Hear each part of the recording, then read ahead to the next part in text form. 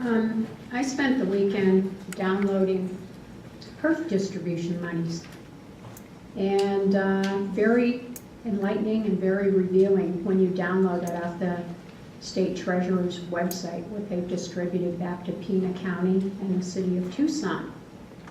On average, for the last 11 years, the City of Tucson has received $66 million per year. On average, for the last 11 years, Pima County unincorporated, remember, we do the unincorporated here at Pima County, $77.6 million on average annually. So you add this up, that's $143.6 million that has been distributed post-sweep.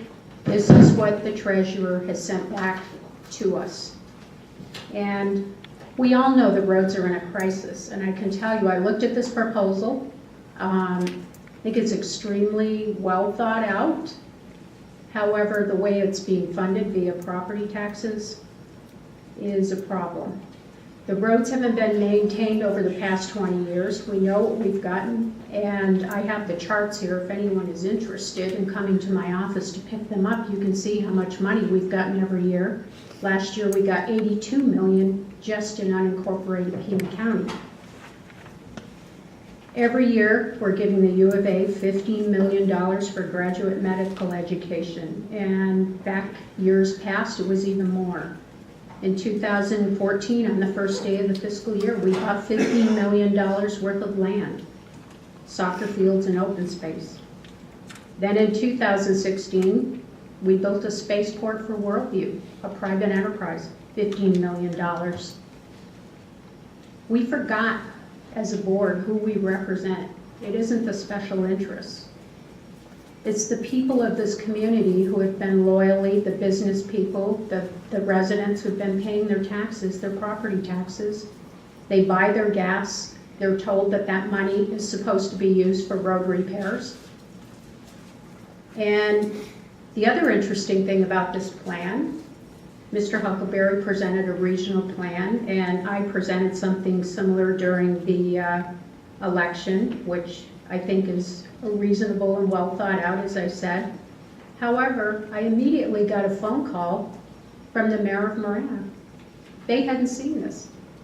I got a phone call from a councilman at the City of Tucson. They hadn't seen this. How can you expect buy-in, and how can you expect to dictate to the jurisdictions how it's going to work? That's a real problem, in my opinion. And the other thing is last year we got $82 million back, just unincorporated Pima County. And the Department of Transportation director presented her budget this past week on Thursday. She said her department is funded 97%, salaries and overhead, by her revenue. On top of that, $19 million a year to pay for those 1997 bonds that were issued for road repair. Very bad idea, bonding for road repair, as we're 20 years later and we're still paying $19 million a year. That leaves about $20 million unaccounted for, and this is strictly for unincorporated roads. Remember, City of Tucson gets their $66 million back into their treasury. These monies for fiscal year 17, because of the restoration by the state of $30 million more, expected to be about $84 million this year. But even with that revenue stream, we're not getting the monies to the road. And putting this on the backs of the taxpayers, on the backs of the property taxpayers, there's no incentive for this board to get their priorities straight. Every year we have another pet project, 15 million here, 15 million there. If you go into Marana, Oro Valley, Sarita, they all get HURF as well, HURF and vehicle license tax distributed back to them. Their roads are just fine. They're managing their road monies because they know if they don't, their roads are going to look just like ours. It's a pleasure every time I cross the line into Marana, Oro Valley, or Sarita. I can tell you, I live in the unincorporated area. It's like Kandahar driving up my street, driving down Thornydale Road, one of the most neglected major arterials.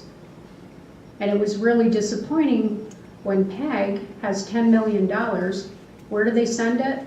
Aerospace Parkway versus up on Thornydale Road. That was extremely disappointing to me because we've got economic development bursting at the seams up there. All the permits have been issued, but the builders aren't going to build out there because the road looks like Kandahar, and it literally is swerving, and they need to be widened. But the priority is now Aerospace Parkway, which I find very interesting. Any regional solution should be agreed to by all the jurisdictions. And the funding mechanism needs to be decided by all of the jurisdictions versus Pima County Administrator dictating the solution. It's up to us to focus on our core services versus the shiny object every year. And the people in this community, we've been hit with a wastewater rate increase, electricity increase, gas, water. City of Tucson residents, as the gentleman said earlier, just got a new sales tax. Oro Valley residents are looking at a secondary property tax for bonds in the fall. This year, our shiny object is $11 million budgeted for the courthouse. Voters said no to that courthouse improvement in 2015. $15 million again for the graduate medical education. That's $26 million right there that we could be spending on roads, but it's not a priority. The people of this community, as we got our stacks of emails and contacts, 80% of them are outraged that we're even considering raising their property taxes. I've gotten phone calls, I've gotten emails, I've gotten contacted on Facebook. People are furious with the way we're managing these monies. $1.2 billion just for Pima County every year. And people don't trust us, and rightfully so. And quite frankly, there's nothing that is going to guarantee the monies are spent in District 1. We saw what happened the last few years. The monies were swept out and moved to another district. People in my district have zero trust. They do not have any faith that any monies are going to get spent in District 1. And quite frankly, this isn't addressing the root cause of the problem. And I intend to work with Supervisor Christie and others to go to the state legislature, as Mr. Huffman talked about earlier. We need to, number one, I think Supervisor Bronson brought this up, make sure that the distribution is equitable. If there's a problem, we need to get that corrected, and I will work very hard to try to get that done. We also need to make sure that there are provisions in those statutes that provide an audit function and penalties for not spending all of the monies on roads. People buy gas, the tax they're paying, they're told it goes to roads. Well, that's not happening when it's funding salaries and overhead for the Department of Transportation. And just because you can, because there's no teeth in the statutes that allows us to enforce the way the monies are spent, doesn't mean you should. And it's very, in my opinion, we've been very irresponsible. We need to get fiscal discipline, and we need to prioritize our spending. Courthouse renovations aren't a priority right now. Our roads are a safety hazard. And I think someone brought it up earlier, economic development. It's killing us. And as I said earlier, over the past 10 years, $77.6 million per year we've received back from the state. That's on average, and it's going up. Like I said, it'll probably be 84 million this year. The money is not getting to the roads.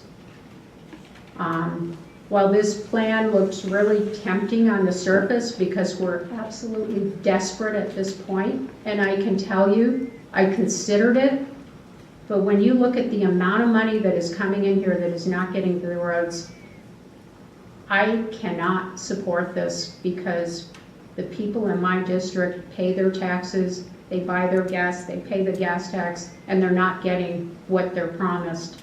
And another tax increase We have the highest property tax rate in the state, and another tax increase is going to kill what little recovery we've seen in this economy. I think Mr. Huffman talked about it.